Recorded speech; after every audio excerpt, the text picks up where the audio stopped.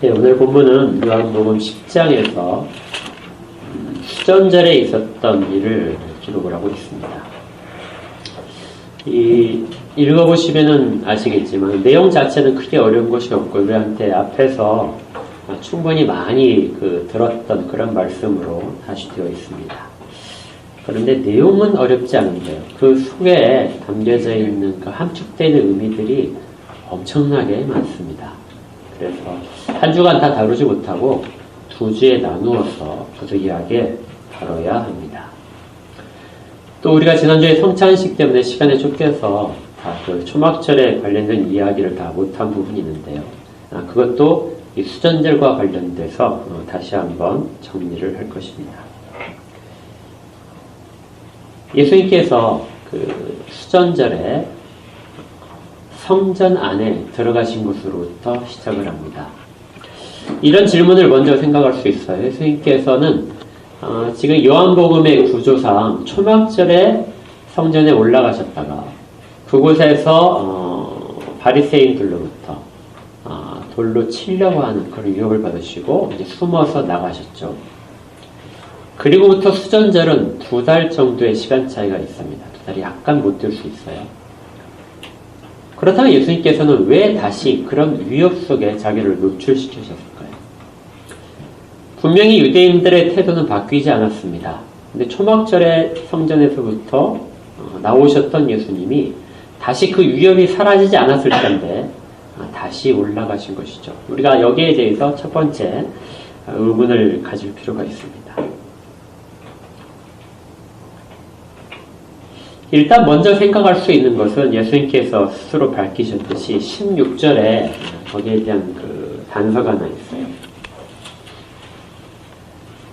예수님께서 16절에 이렇게 말씀하셨습니다. 또 이 우리에 들지 아니한 다른 양들이 내게 있어 내가 인도하여야 할 터이니 우리 그들도 내 음성을 듣고 한 무리가 되어 한 목자에게 있으리라. 그러니까 예수님께서 자기를 따르는 제자들과 또 앞에서 맹인되었던 사람, 이 사람은 이제 예수님을 따르는 양이 되어서 좀 따르고 있겠죠. 그리고 나서 아직도 우리에 들지 않은 다른 양들이 있다. 물론 이제 나중에 이방인들이 여기에 해당하는 부분도 있지만은 예수님께서는 이 우리에 들지 않은 다른 양들, 하나님께서 내게 주신 양들이 여전히 성전에 있다고 생각을 하셨습니다. 그래서 성전으로 다시 올라가신 것이죠. 다시 돌을 맞을 위험성이 있지만 예수님께서는 그곳에 다시 가셔서 자기 양들을 부르고 계시는 것입니다. 주님은 모든 위협 속에서도 언제나 자기 양들을 부르신 일들을 계속하고 계신 거예요. 그런데 이게 조금 우리한테 조금 의문이 드는 부분이 있어요. 주님께서는 제자들을 전도여행을 보내신 적이 있죠. 전도여행을 보내실 때 예수님께서 이렇게 말씀하셨어요. 누가복음 9장 5절에 누구든지 너희를 영접하지 아니하거든 그 성에서 떠날 때 너희 발에서 먼지를 털어버려 그들에게 증거를 삼으라. 그러니까 너희 복음을 전하는 제자들을 그들이 영접하지 않고 쫓아내거든 그 성을 떠날 때, 그 마을을 떠날 때 발에서 먼지를 다 털어버려라. 어떤 미련도 갖지 말라. 이렇게 말씀을 하셨는데 정작 예수님은 그곳에서 나오셨다가 다시 2달쯤 후에 다시 가신다는 것이죠. 그러니까 이 본문을 생각하게 되면 아마 예수님께서는 제자들에게 그걸 보여주시고 싶었던 것 같아요. 너희들이 핍박을 받고 떠난다 할지라도 다시 돌아가라.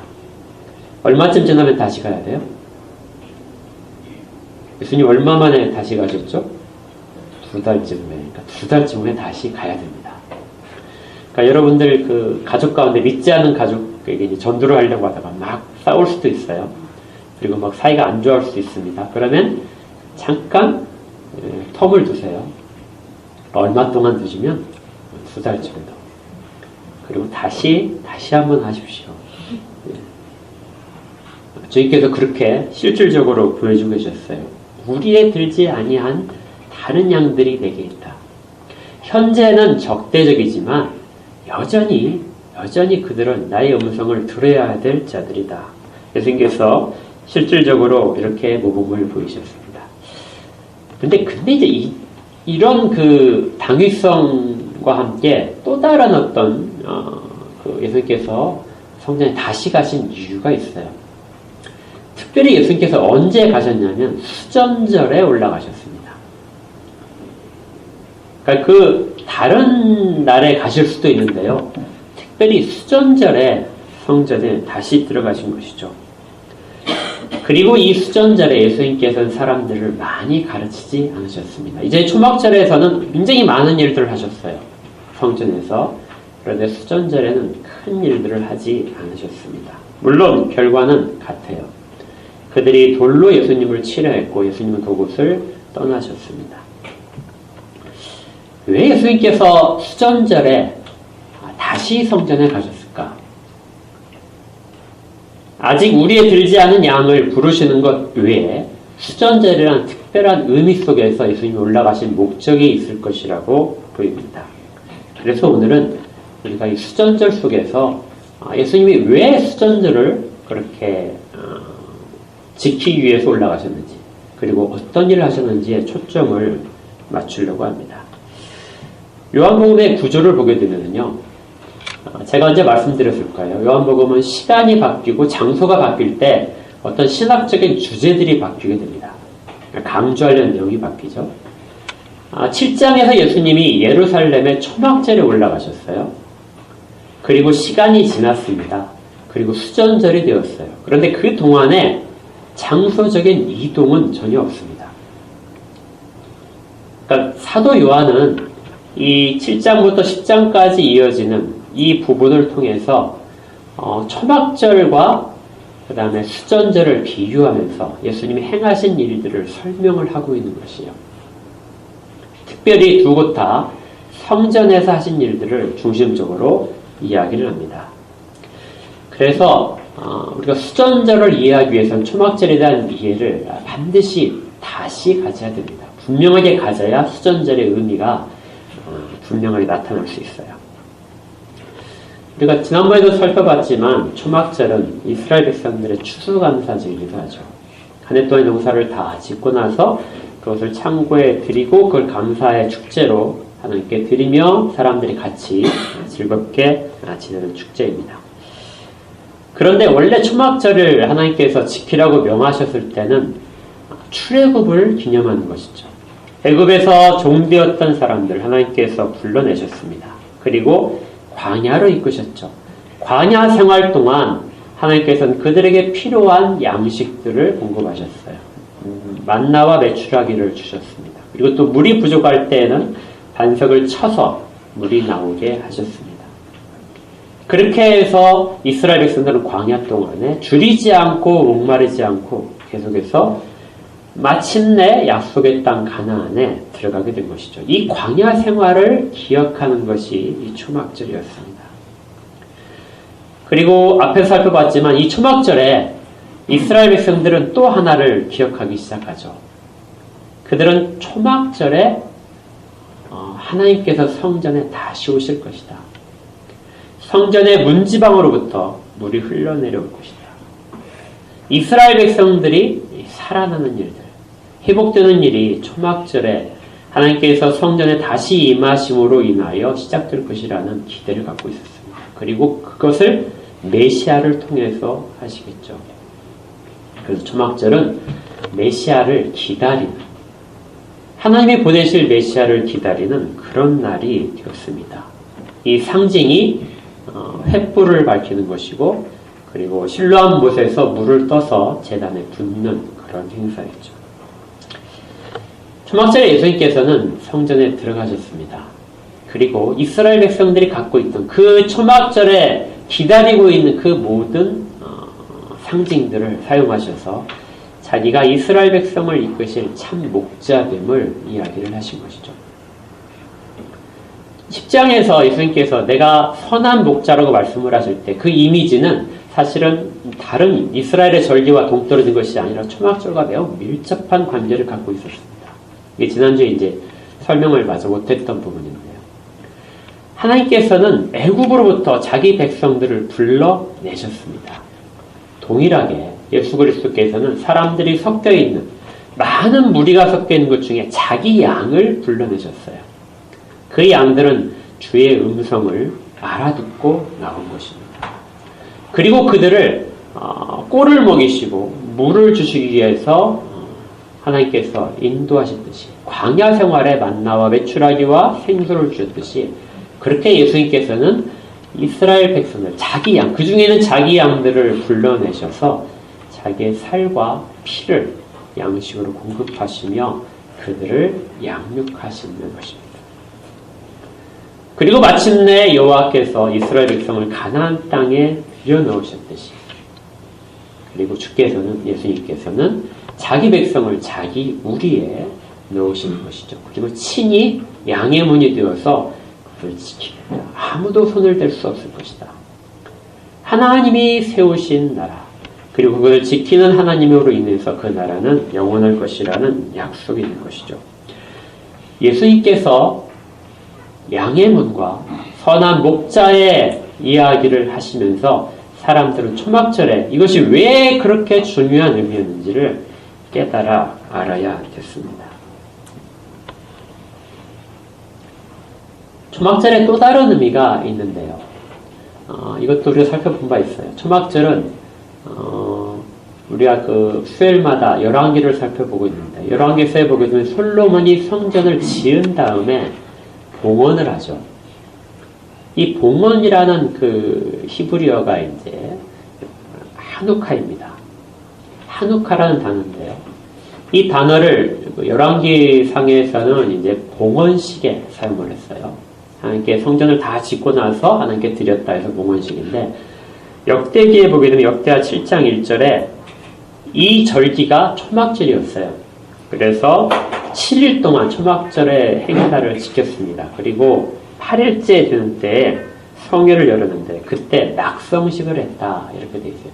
낙성식을 했다는 이 단어도 우리말 성경에는 번역이 다르게 되어 있지만 실제로 똑같은 원어인 하누카입니다. 하누카라는 단어가 초막절에 솔로몬이 성전을 짓고 나서 이렇게 바친 그것을 기념한 봉헌이라는 뜻, 봉헌식이라는 뜻이 있어요. 그런데 이제 요 하누카라는 이름을 가진 절기가 하나가 더 있습니다. 짐작하시겠죠? 이 절기가 수전절이에요. 수전절을 원어상으로 보게 되면 히브리어로 하누카라고 합니다. 그러니까 우리말로는 수전절이라고 번역을 해놨어요.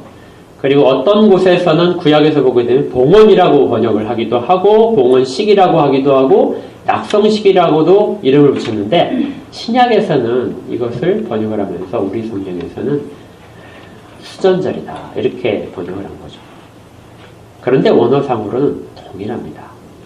그러니까 지금 요한복음에서 7장의 초막절과 그 다음에 10장의 수전절로 이어지는 모든 과정 속에서 동일하게 성전 봉헌에 대한 이야기를 그 속에 담고 있는 거예요. 굉장히 중요한 부분입니다. 성전 봉헌을 한 그것을 기념하는 것이에요. 왜 수전절이라고 했냐면은 이게 좀 이유가 있어요. 우리말 번역에서 수전절이라고 해서 조금 혼동이 되긴 하지만 좀 의미 자체를 잘 살린 건 맞은 것 같아요. 이 수전절에는 그 수전절은 성경에서 명해진 하나님께서 명한 절기가 아니에요. 6월절이나 뭐 초막절이나 이런 것처럼 이렇게 정해진 그런 절기가 아니고 이스라엘 백성들이 스스로 만든 절기입니다. 이것은 이제 예수님께서 지금 활동하고 계시는 이 시간으로부터 최소한 한 200년쯤 거슬러 올라가야 해요. 그래서 주전 170년 경의 일인데요. 당시에 그 유대 땅은 예루살렘을 중심으로 하는 유대 땅은 알렉산더 대왕의 부하였던 그 왕들이 이제 다스리던 시대였습니다. 그러니까 헬라인들이 이스라엘 땅을 다스리고 있었던 것이죠. 이때까지 헬라인들은 이스라엘을 다스리면서 실질적으로는 자치권을 꽤 많이 줬어요. 그래서 예루살렘은 어떤 독립적인 행정구역, 자치구처럼 이루어져 있었습니다. 마치 작은 이제 독립된 도시처럼. 그래서 예배도 마음껏 드릴 수 있었고 성전세도 받고 이렇게 하는 일들이 가능했던 것이죠. 그런데 이 헬라인들의 이제 그 왕이 바뀌었어요. 왕이 바뀌어서 안티오쿠스라는 이 사세라는 왕이 이제 170년경에 왕이 됩니다. 그리고 왕이 되면서 이 사람이 유대인들을 동화 정책을 쓰게 돼요. 그러니까 유대인들을 변화시켜서 헬라인으로 만들겠다. 마치 우리나라 그 어떤 거죠? 일제강점기 때 그걸 뭐라 그러죠? 내선일치하면서 그렇게 했던 것과 동일한 정책을 이 안티피쿠스 4세가 한 것입니다. 어떤 정책을 했냐면은 예루살렘에서 사람들이 안식일을 지키지 못하게 했어요. 그러니까 율법에 있어서의 안식일은 굉장히 중요한데 두 가지가 제일 핵심이라고 그랬죠. 할례와 안식일인데 할례를 행하지 말아라. 할례를 금지시켰고 안식일을 지키지 말아라. 처음에는 이렇게만 이제 시작이 됐다가요. 이스라엘 백성들이 이제 좀 반발이 심하니까 이 사람이 예루살렘을 군대를 동원해서 점령을 해버렸습니다. 그러니까 자치권을 갖고 있던 그 부분을 들어가서 점령을 해버렸어요. 그리고 수많은 사람들을 학살했습니다. 학살을 하고 나서 본격적으로 이제 탄압을 시작하는데요. 성전을 더럽혔어요. 그래서 그 성전에 드리는 모든 제사를 금지시켰어요. 사실 그가 그 예루살렘에 들어간 그 날이 안식일이었습니다. 안식일을 지키기 위해 사람들이 성벽을 지키지 않는다는 것을 가지고 그걸 약점으로 삼아서 공격을 한 것이죠. 그래서 속절없이 예루살렘이 무너졌어요. 그리고 성전도 더럽히게 됩니다. 제단이 있던 곳에 제우스 신상을 세웠어요. 그리고 그곳에서 제우스에게 제사를 드리기 시작합니다. 그리고 제물로서 돼지를 끌어다가 성전에서 잡아가지고 돼지를 거기 제단에 바치게 돼요. 그리고 자기도 신의 한 사람으로서 추앙하라고 그렇게 이야기를 하게 됩니다. 이것이 주전 167년이었어요. 즉각적으로 이스라엘 백성들이 이제 완전히 분개했습니다. 그래서 독립운동을 벌이기 시작해요. 게릴라전을 시작하는데요. 이때 이걸 주도한 대표적인 그 그룹이 제사장 중에 마따디아라는 사람이 있었습니다. 이 사람이 그 헬라인의 제우스 제사장을 죽이고 반란을 일으켰어요. 그리고 3년 동안 계속해서 내전이 일어났습니다. 이때 이 마따디아의 그 아들 중에서 마카비라는 아들이 있는데 이 아들 이름 많이 들어가 있을 거예요. 마카베오 혹은 마카비라는 이름을 가진 이 아들이 굉장히 용맹스러웠습니다. 지혜롭고. 그래서 그가 모든 독립전쟁을 주도를 하게 돼요. 그리고 마침내 3년의 전쟁 끝에 예루살렘을 다시 회복했습니다. 그리고 이제 성전에 이 사람이 들어갔죠. 전해지는 기록에 따르면 이제 마카비가 자기 부하들과 같이 성전에 들어가서는 크게 통곡을 했다고 전해집니다. 너무나 더럽혀진 그 모습 견딜 수가 없었던 것이죠. 그래서 즉시 성전을 정결케 하는 작업을 하게 됩니다.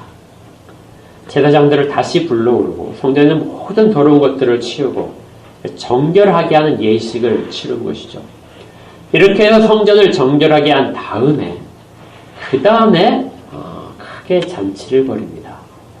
마치 솔로몬이 성전을 만들고 잔치를 벌였듯이 7일간의 잔치를 벌이도록 명령을 해요. 그리고 이것이 성전을 다시 고쳤다, 다시 깨끗하게 고쳤다는 의미에서 수전절이다, 이런 의미를 가지게 되는 것이죠. 그러나 마카비는 솔로몬이 했던 것과 동일한 것을 백성들이 기억하기를 바랬습니다. 이것이 정말 이제 하나님께서 돌아오시는 성전이 되어야 된다. 그래서 그는 성전을 회복한 그러한 인물로 나온 것이죠. 그는 충분히 왕이 될 수 있었습니다. 그런데 그는 굉장히 겸손했어요.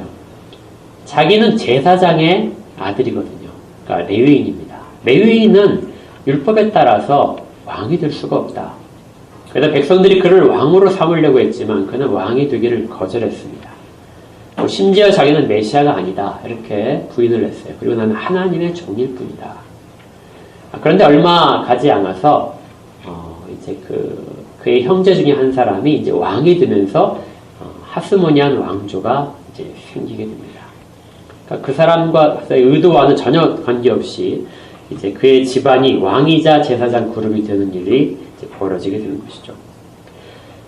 이 마카비 혁명, 그 마카비가 성전을 거룩하게 한 그 정결하게 한 상징을 이제 무엇으로 이스라엘 백성들이 삼게 되냐면, 성전에 가게 되면 이제 촛대가 있잖아요. 촛대 7개 등잔이 있습니다. 그 등잔에 불을 밝히는 곳으로서 이제 상징을 삼게 됩니다. 뭐 여기에 얽힌 이야기는 여러분들도 많이 들어보셨을 거예요. 성전을 정결하게 하는데 성전에 불을 밝히고 시작을 하는데 기름이 하루치밖에 없었답니다. 성전에 사용될 기름은 율법에 따라서 정결한 예식에 따라서 만들어지는데 그럴 시간이 전혀 없는데 하루밖에 없었다. 그래서 그 하루의 기름을 그래도 밝혔답니다. 그리고 성전을 이제 그 안에서 불을 밝히고 이제 작업을 하는데 이 하루치 기름이 8일 동안 꺼지지 않았다는 것이죠. 계속해서 이것이 타오르면서 그곳에서의 성전의 정결 작업을 완성할 수 있었고 그 동안에 새로운 기름을 준비를 해서 거기를 계속해서 등불의 빛이 꺼지지 않게 했다. 이것을 이제 상징으로 삼아서 수전절을 빛의 축제라고 이야기를 하게 됩니다. 그러니까 우리가 초막절에서도 빛의 축제라는 말을 썼었어요. 그런데 동일하게 수전절에서도 빛의 축제라는 것을 이야기를 하게 된 것이죠. 이런 것들을 잘 보시면은 이스라엘 백성들이 이 수전절을 지키면서 그 이후로 계속해서 매년 지켰어요. 지키면서 생각을 하는 것이 마카비와 같이 잘못된 신앙을 이스라엘 백성들에게 준 그 모든 것들을 회파하는 한 인물, 그 인물이 바로 메시아라고 생각을 하기 시작한 겁니다. 실질적으로 이것은 어느 정도 근거가 있어요. 성경적인 근거가. 다니엘서 8장을 보게 되면요, 이런 구절이 있습니다. 우리 한번 찾아볼게요. 다니엘서 8장.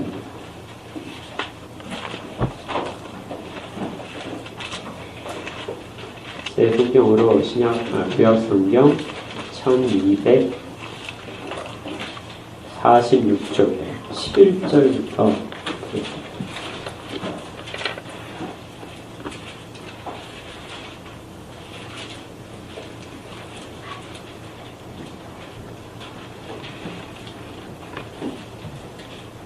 다니엘서 8장 11절부터 14절까지 제가 읽겠습니다. 또 스스로 높아져서 군대의 주제를 대적하며 그에게 매일 드리는 제사를 없애버렸고 그의 성소를 헐었으며 그의 악으로 말미암아 백성이 매일 드리는 제사가 넘긴 바 되었고 그것이 또 진리를 땅에 던지며 자유로 행하여 형통하였다.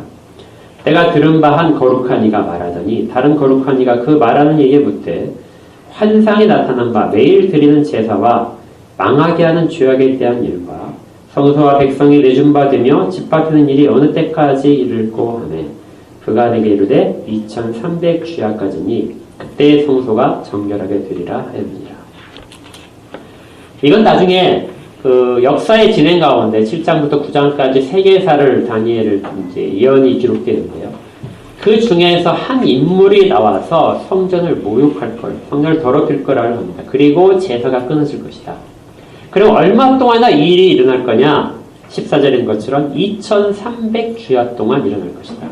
그것이 지나야 비로소 성소가 정결하게 될 것이다. 그런데 아까 제가 말씀드렸듯이 이 마카비가 예루살렘에서 성소가 회파된 것이 주전 167년이에요. 167년부터 164년에 다시 12월 달에 이제 다시 회복을 했거든요. 3년의 시간 후에 이것이 회복됐습니다. 그러니까 예루살렘 성전에서의 제사가 3년 만에 다시 재개가 된 것이죠.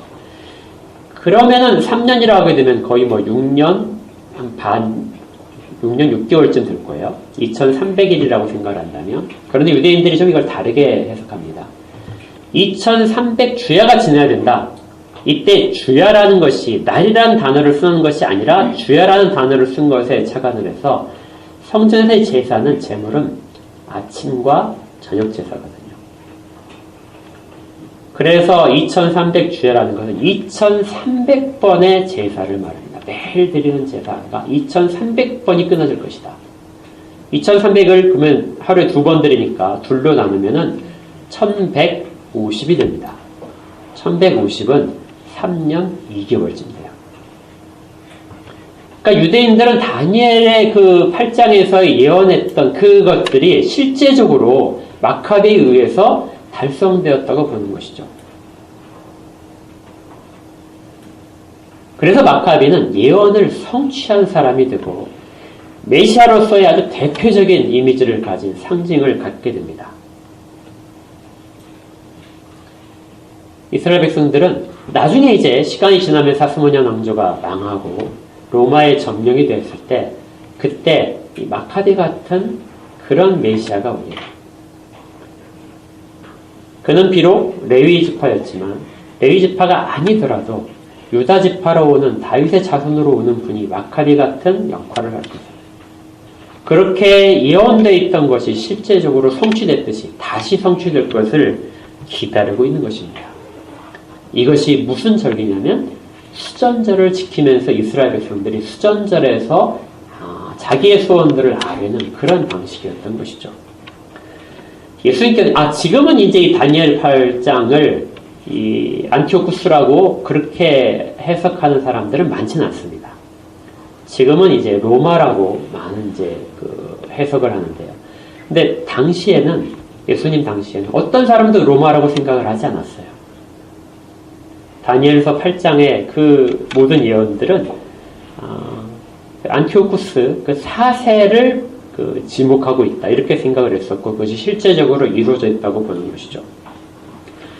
그런 기대를 가지고 이스라엘 백성들은 메시아를 기다리고 있었던 것입니다.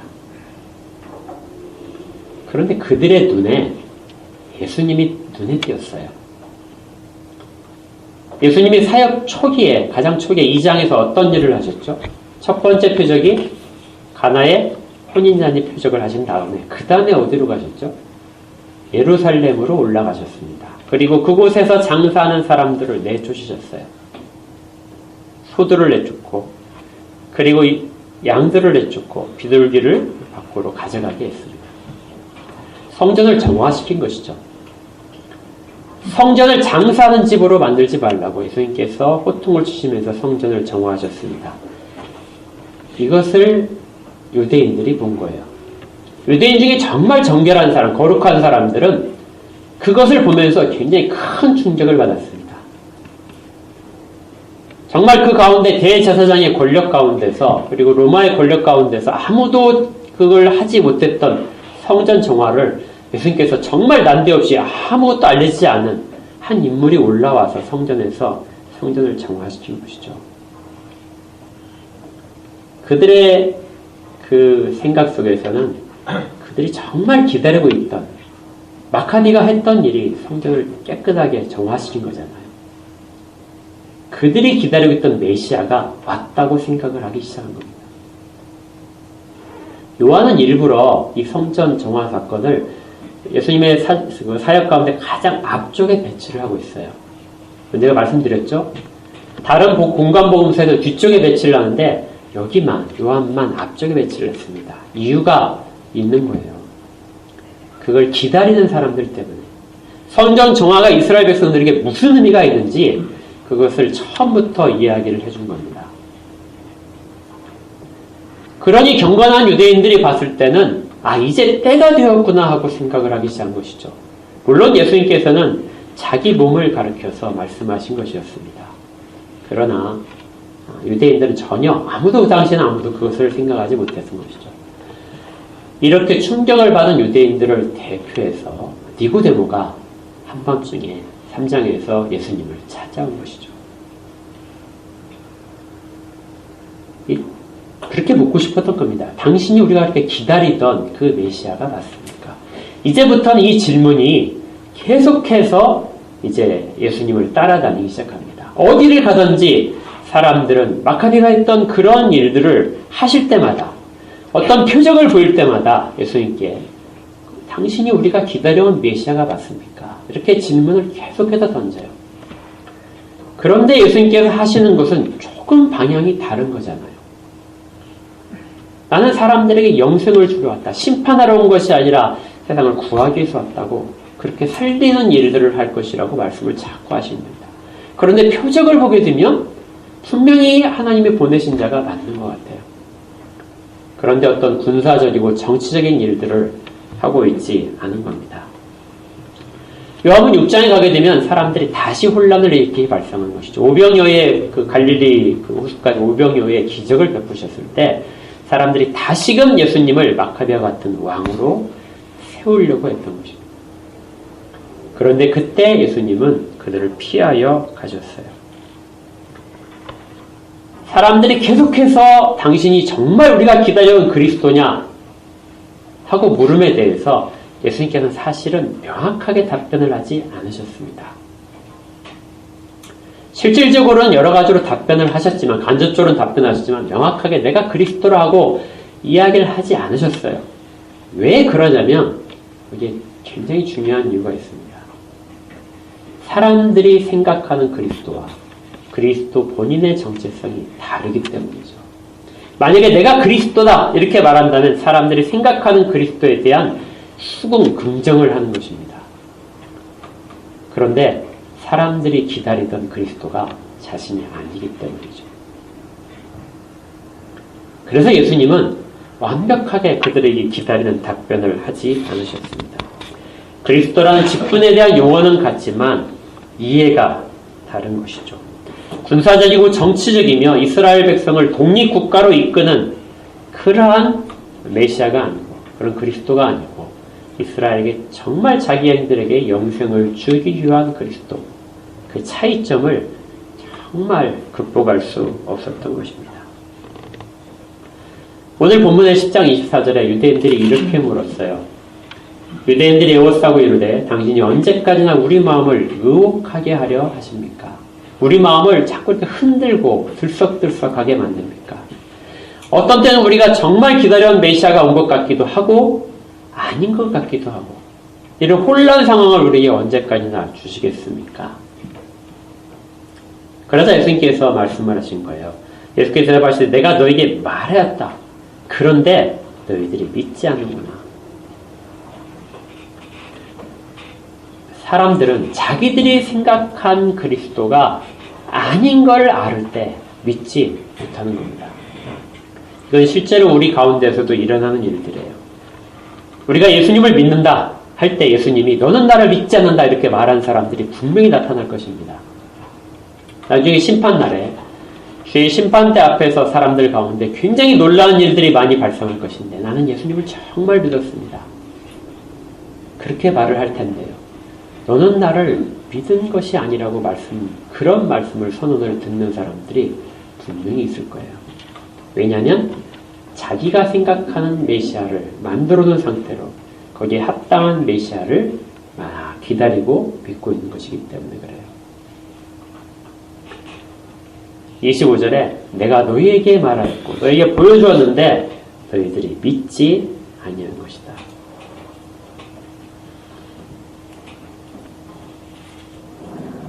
전혀 다른 그리스도에 대한 이해를 가지고 그리스도를 찾고 있다면 결국 만나는 것은 가짜 그리스도를 만날 것입니다. 그리고 가짜 그리스도를 믿음으로 인하여 그들은 천국에 가는 길을 막히게 될 것이죠. 사실은 이 사도 요한께서 초막절로부터 이 수전절에 이르는 곳을 같이 계속해서 연결시키는 부분은 실제로는 여기에 대한 이야기가 핵심적으로 있을 겁니다. 초막절은 성경이 예언하신 그리스도를 기다리는 거예요.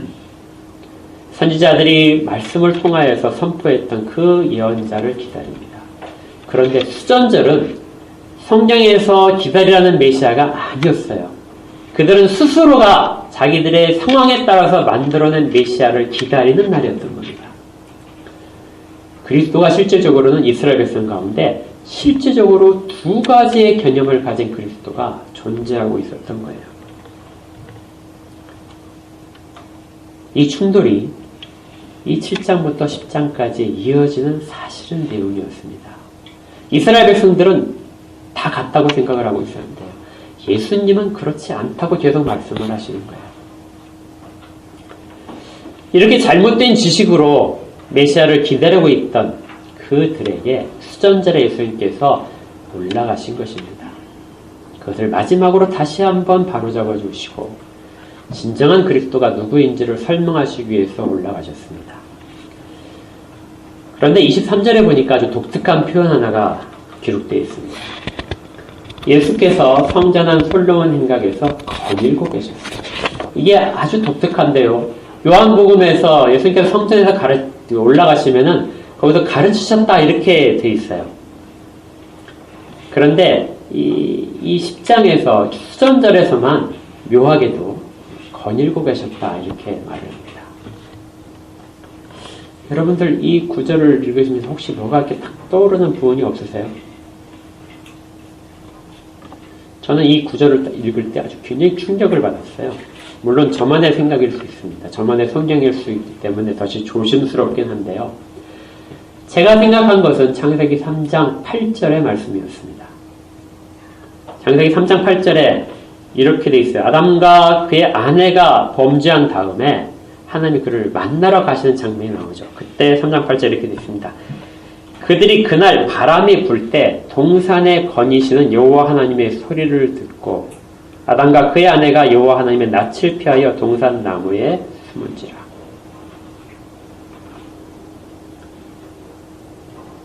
하나님이 에덴 동산 안을 거닐고 계셨다는 표현이 여기에만 사실은 있어요. 그리고 지금 이 장면에서 예수님께서는 성전을 거닐고 계셨습니다. 근데 여기 성전을 거닐고 계시는 이 배경을 우리가 잠깐만 생각해 보게 되면 수전절이기 때문에 사람들이 아주 많이 올라왔어요. 이스라엘 백성들은 사실은 초막절보다도 수전절에 훨씬 의미를 점점 많이 두기 시작했습니다. 왜냐하면 초막절은 오실 메시아에 대한 이야기지만 수전절은 이미 왔던 메시아를 확인한 작업이거든요. 그리고 더 분명하게 우리 가운데 우리를 구할 메시아를 기다리는 날이거든요. 모호한 메시아가 아니라 분명한 메시아를 기다리는 날이 수전절이었습니다. 그날 그곳의 사람들은 앞으로 그들을 독립시킬 메시아에 대한 소망과 열망으로 그리고 기쁨으로 가득 차 있었을 겁니다. 그리고 예수님은 솔로몬 회랑을 걷고 계시죠. 솔로몬 회랑은 아주 그 아름답게 장식된 그 길다란 곳입니다. 성전의 그 외곽들에 있는데요. 얼마나 아름다웠는지 그걸 실제로 나중에 바벨론 왕이 와서 예루살렘을 점령할 때도 파괴하지 않았다고 그렇게 기록되어 있습니다. 아름다운 곳에서 사람들이 막 기쁨에 넘친 곳에서 예수님만 그곳을 조용히 걷고 계셨던 장면이죠. 이 창세기 3장 8절에서는 범죄한 사람들이 숨어 있을 때 그곳에 하나님이 찾아가셔서 여호와께서 찾아가셔서 그 동산을 그 아담과 그의 아내를 부르시면서 돌아다니고 있던 장면입니다. 아름다운 에덴 동산이 사람들의 범죄함으로 더럽혀졌고 그리고 이걸 알고 계시면서도 그들을 찾아다니시는 여호와의 모습이 3장 8절이었던 것이죠. 예수님이 지금 수전절의 성전에 다시 들어가셔서 솔로몬 회랑을 거닐고 계시는 것은 바로 이것과 비슷하다고 생각을 합니다. 자기 양들을 찾으러 아직 우리에 들어오지 않고 여전히 죄 가운데 빠져있는 양들을 찾으러 가신 것이죠. 그러나 어떤 사람들도 이 예수님께 반응하지 않았습니다. 찾아가신 그 모든 것들이 수포로 들어가게 되는 것이죠. 그리고 이제 돌 들어서 예수님을 치려고 하게 됩니다. 물론 여기에 이제 신성 모독에 대한 내용은 다음 주에 다루겠지만 그들이 결과적으로 예수님을 성전에서 쫓아내게 되는 것이죠. 참 묘하게도 에덴 동산에서 하나님께서는 그 에덴 동산을 지키시기 위해서 사람들을 쫓아내셨습니다. 그런데 인간의 교만함은 성전에서 하나님을 쫓아내고 있는 것이죠. 자기들이 믿고 있는 그리스도, 자기들이 기다리는 그 그리스도를 기다리기 위해서 그리스도께서 오셨는데 그 그리스도를 돌로 쳐서 쫓아냄으로써 자기들의 성전을 시키고 있는 것입니다. 얼마나 안타까운 모습일까요? 그리고 요한복음에서 이제 예수님께서는 다시 성전에 들어가시지 않습니다. 이후에 아주 많은 기록들이 지금 더 가야 돼요. 절반밖에 오지 않았지만 성전에서의 일은 이제 다시는 일어나지 않습니다. 그러니까 예수님께서 솔로몬 회랑을 걸으실 때요. 예수님은 성전 문을 닫기 위해서 오신 것입니다. 그곳은 이미 홀만 있는 성전이고요. 아무것도 아닌 존재죠.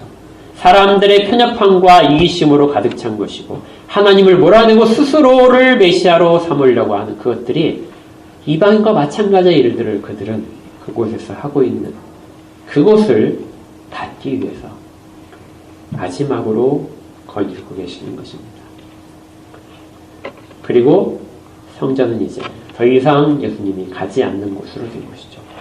물론 다른 복음서와는 구조가 다릅니다. 요한복음은 철저하게 이 내용들을 처음부터 여기까지를 한 것이죠. 예수님께서 처음에 성전을 정화시킨 것은 그래도 그 가운데 그들이 다시 돌아올 것에 대한 메시지입니다.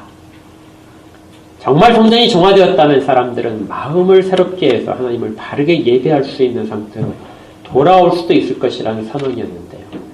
실질적으로 시간이 지나서 예수님께서 다시 돌아가셨을 때는 그날이 성전을 정화시킨 날을 기념하고 있지만 아무도 그 부패성을 고치지 않고 있었던 그런 상황이었던 것이죠. 이렇게 해서 10장이 마무리가 됩니다. 우리가 오늘 본문을 정리하면서 한 가지는 분명히 좀 기억에 있고 우리한테 스스로 질문을 던졌으면 좋겠습니다. 과연 내가 기다리고 있는 그리스도, 다시 오기를 기다리고 있는 그 그리스도는 과연 성경에서 말씀하신 그 그리스도일까? 아니면 내 필요를 따라서 내가 그려내고 만들어낸 그리스도인가? 초막절에서 예언되어 있는 그 그리스도인지 아니면 수전절에서 경험상으로 그들이 알게 된 그리스도인지. 초막절과 수전절이 완전히 대조가 됩니다. 동일한 내용들을 다 가지고 있어요. 빛의 축지도 있고 봉헌이라는 의미도 있고 하루카라는 이름도 동일합니다. 그런데 거기에 담겨있는 그리스도가 다른 거죠.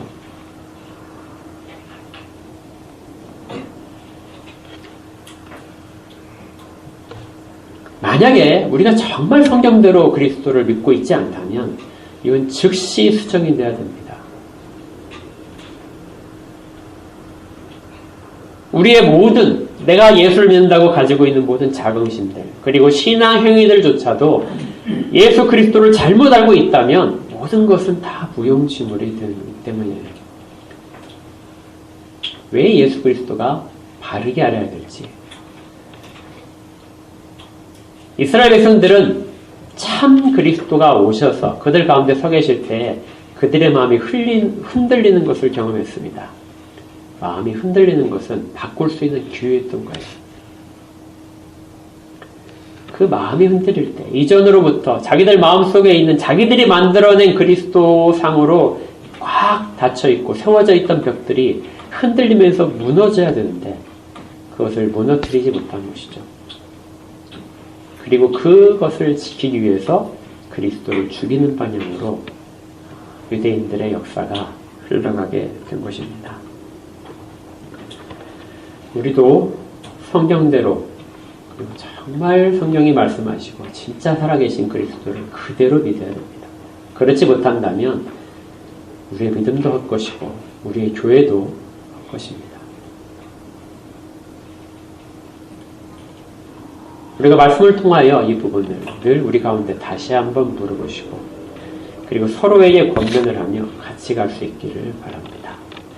정말 우리의 신앙은 참다운 그리스도를 기다리는지 그리고 그것을 따라가고 있는지 우리가 다른 음성을 듣고 다른 목자가 그 그리스도인 것처럼 하는 것으로 그것을 따라가고 있는지 우리의 모습을 돌아보시며 정말 주님이 주시는 그 복 가운데 다시 잘 회복되어 서 있기를 주의 이름으로 축복합니다.